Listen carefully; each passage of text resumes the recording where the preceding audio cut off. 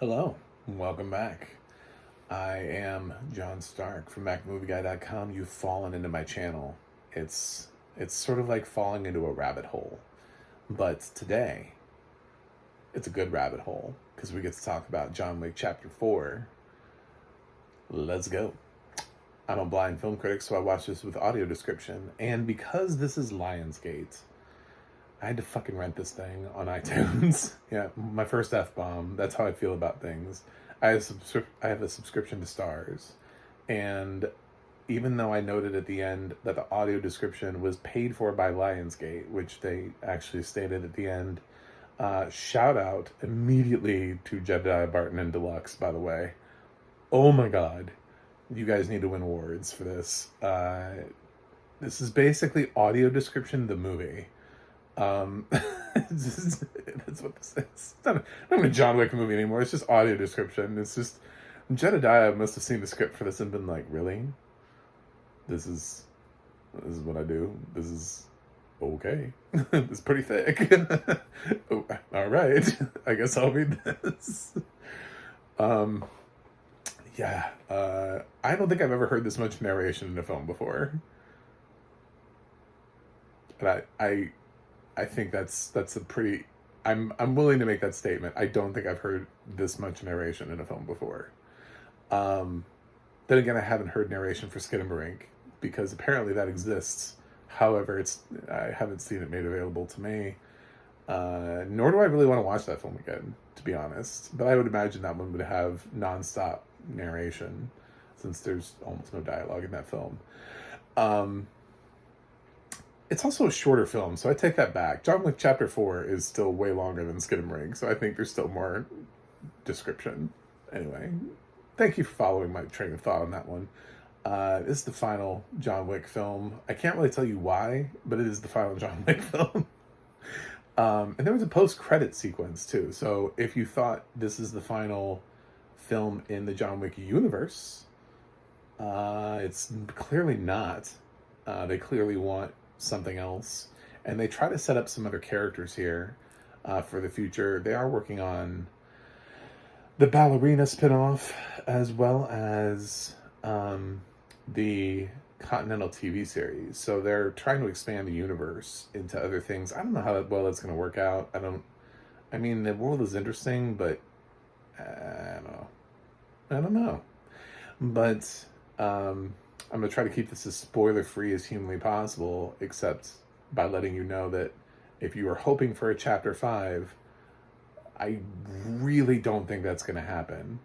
I really think this one just, kind of like how Jason Sudeikis kind of told us without the show officially announcing. It still hasn't announced that season 3 is its final season of Ted Lasso.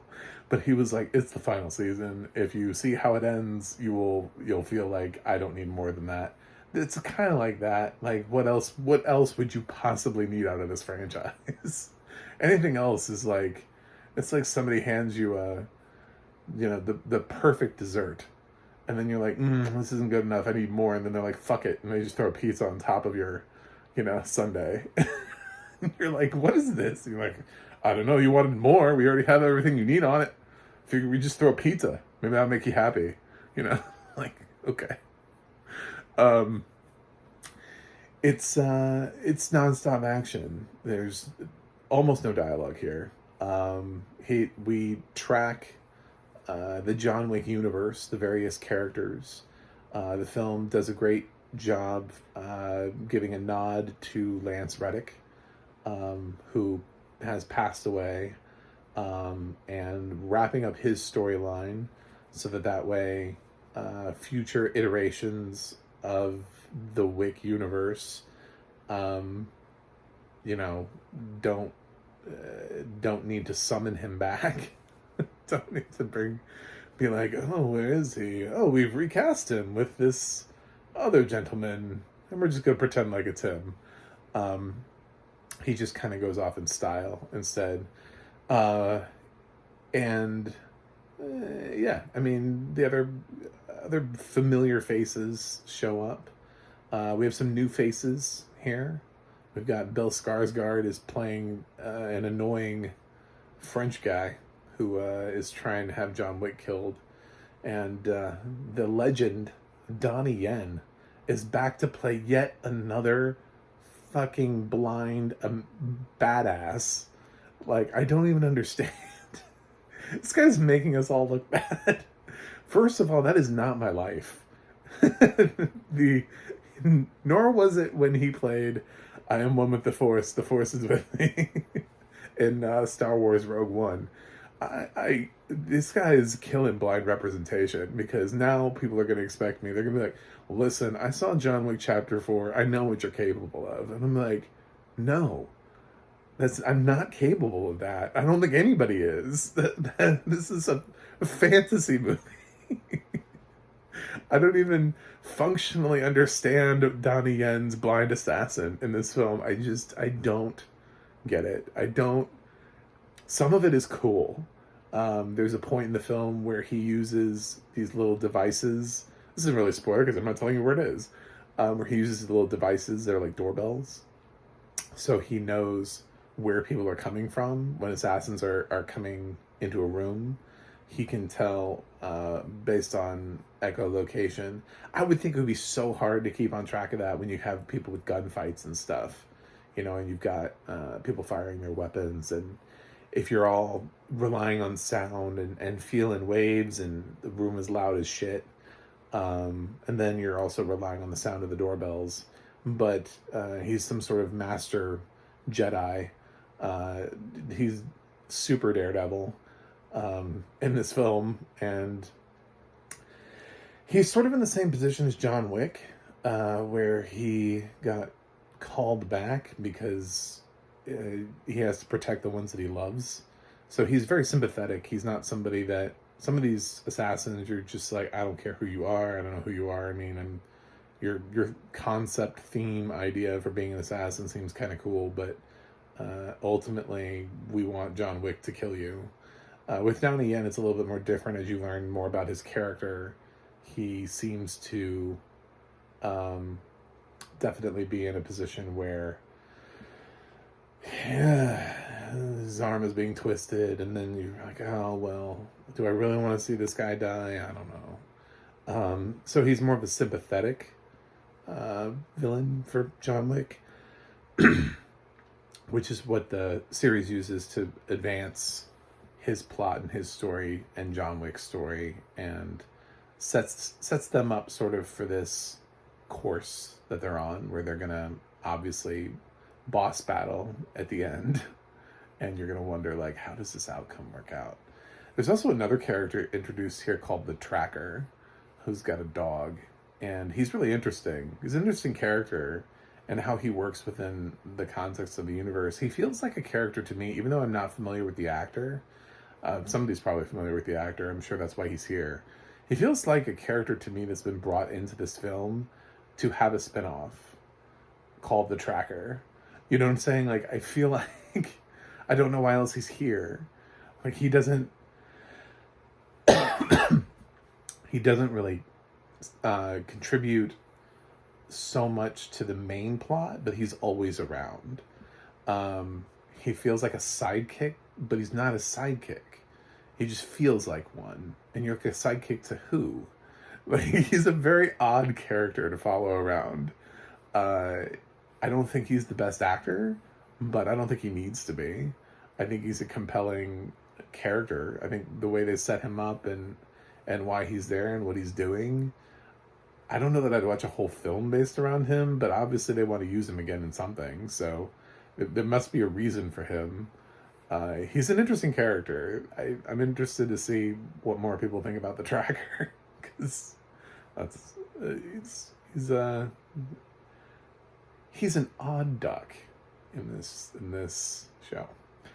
And of course we've got Keanu, and he is trying to survive, trying to keep other people from dying, trying to get his revenge, trying to do everything he's been doing for the last 3 films.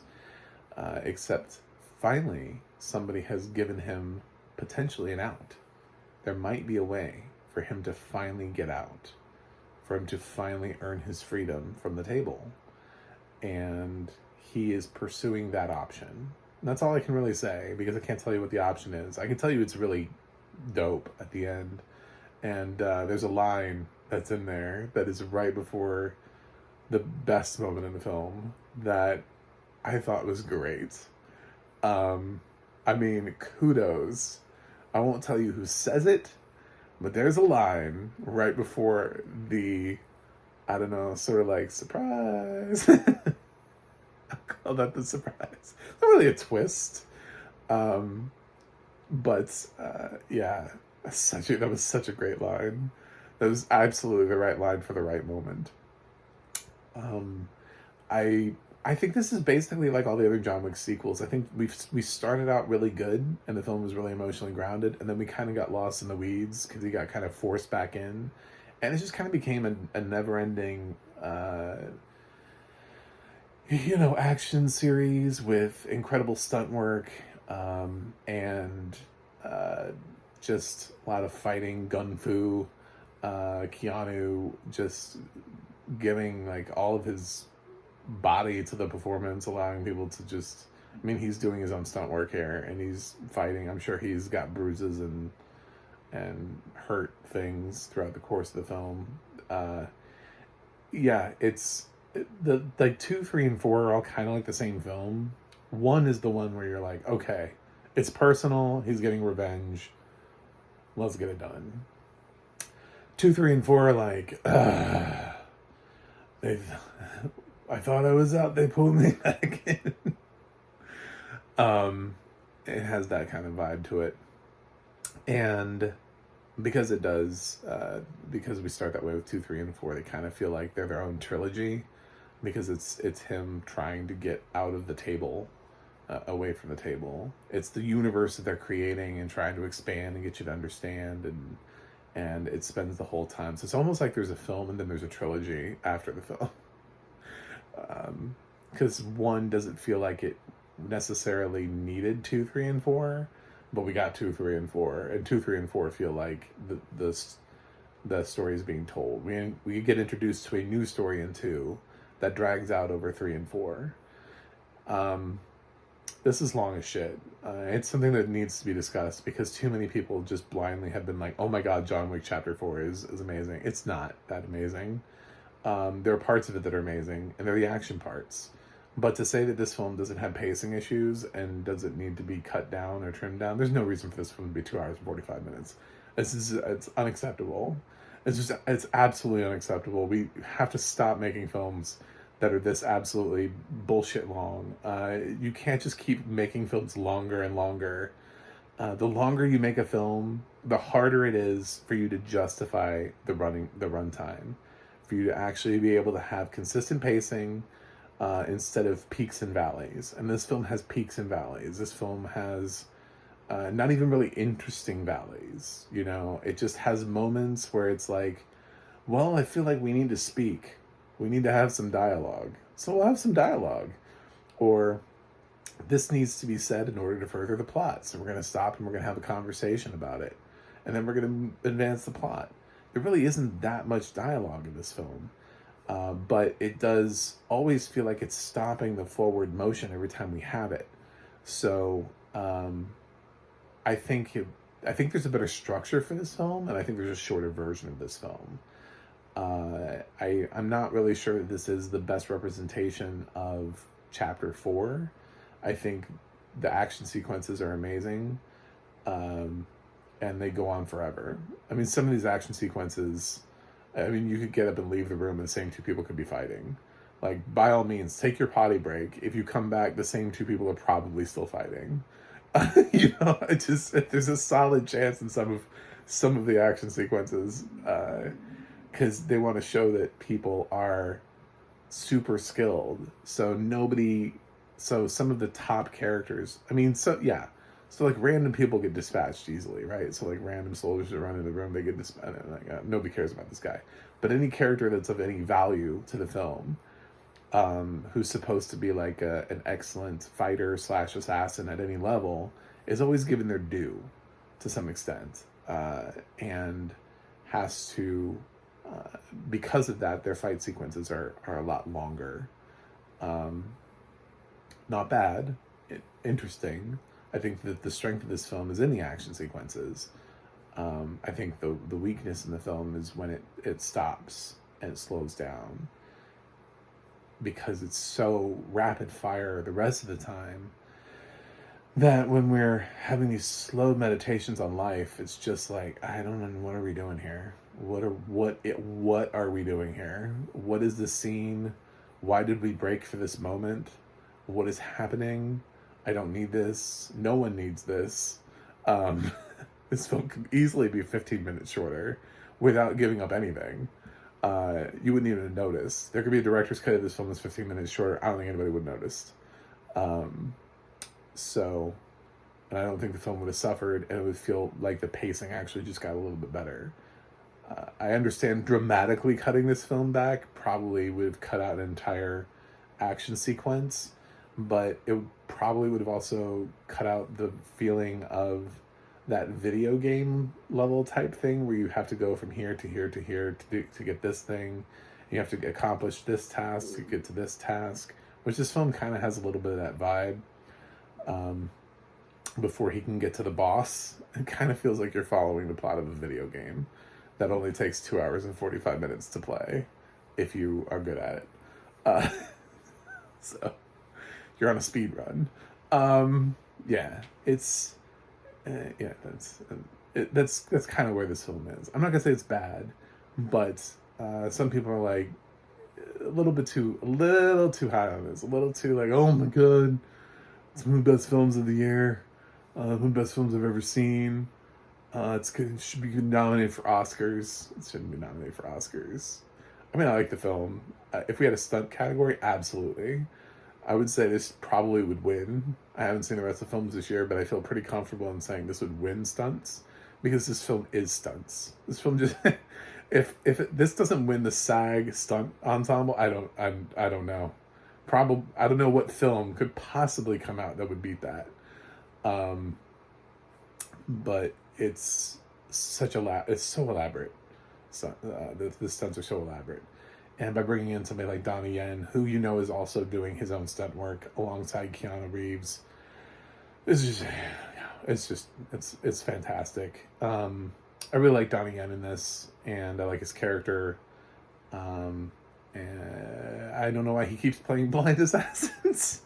I don't know why is that his thing? Like, what? Dude is making us look bad. We do not have those superpowers. Anyway, the audio description in this is manna from heaven? I don't know how else to put that. Jedediah Barton deserves like a Lifetime Achievement Award after this. Just, if that's possible, I don't know what awards we give out, but I would give him and whatever the rest of the team. I don't want to just know that this was deluxe. Like, I feel like the end narration of this film should let me know. I want to know who did everything. I didn't quite love the mixing because sometimes it drops the sound out too much. It's a very loud film. And I feel like that's the one difference that I would have gotten from the theater versus the home experience. Although I would have gotten the complete sort of opposite in the theater, where I'm sure the sound would have been drowning out the audio description. If that makes any sense. I'd be in an auditorium with these, crazy $1 billion speakers. Not $1 billion, but whatever. And, pounding. You've been in that auditorium before where you can hear the other movie and it's louder than your movie. John Wick is that movie. So I feel like there are those films that when you have them on different speakers, if I had surround sound and audio description was coming from one and then the thing, there were times I'm sure it would have drowned out the audio description. But it's also very weird when you don't have that, because it drops out the sound of the film so low at times when you feel like it's supposed to be really high. And the audio description is nonstop. It's just nonstop. Jedediah is constantly, he has so much to describe. Every hit, every gunfire, things being thrown, knives, swords, people being stabbed in certain places, just people sneaking up on other people. There's a dog in here. It's just, there's so much. There's so much in this film that has to be described all the time. That he really, and he tries to get in. So this is for people who are like, is there costume description? There's a little bit. It's not really the point of the film. Most of the time, it's like you get about 2 seconds to say, this person looks like this. Oh my God, and they're fighting. It gets right into it.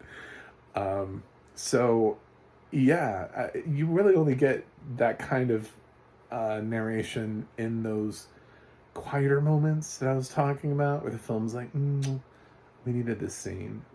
People just need to breathe. We can't keep this up. We can't keep it up at this pace.